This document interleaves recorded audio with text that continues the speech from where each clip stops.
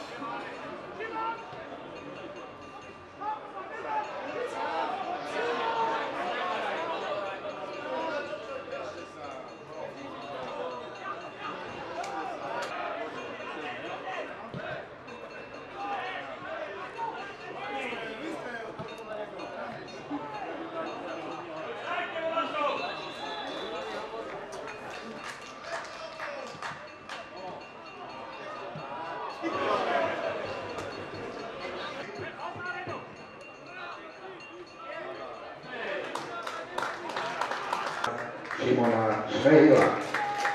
Takže Samovi držíme palce do ďalšej futbalovej kariéry.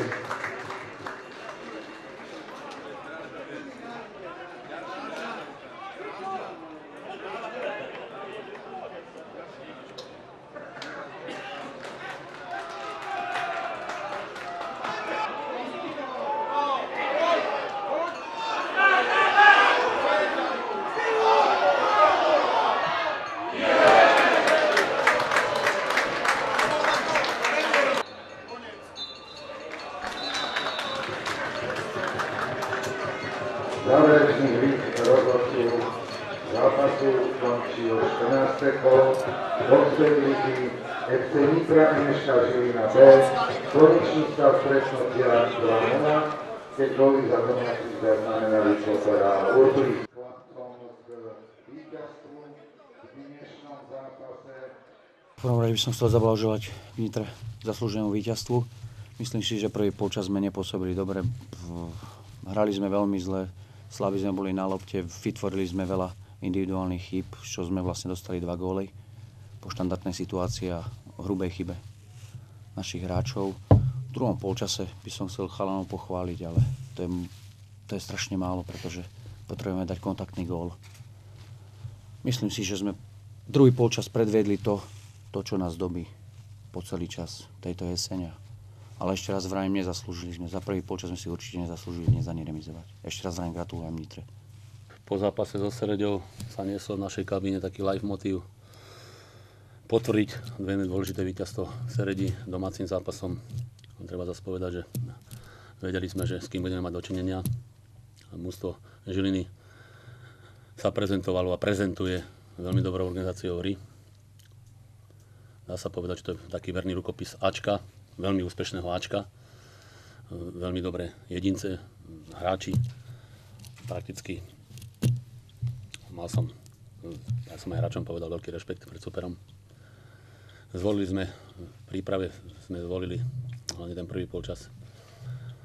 Sme išli takého rizika s tým, že bol som presvedčený o tom, že keď nedáme ani priestor hosťom, že sa dostaneme do tlaku, vytvoríme si gólové šance, nakoniec k tomu aj prišlo.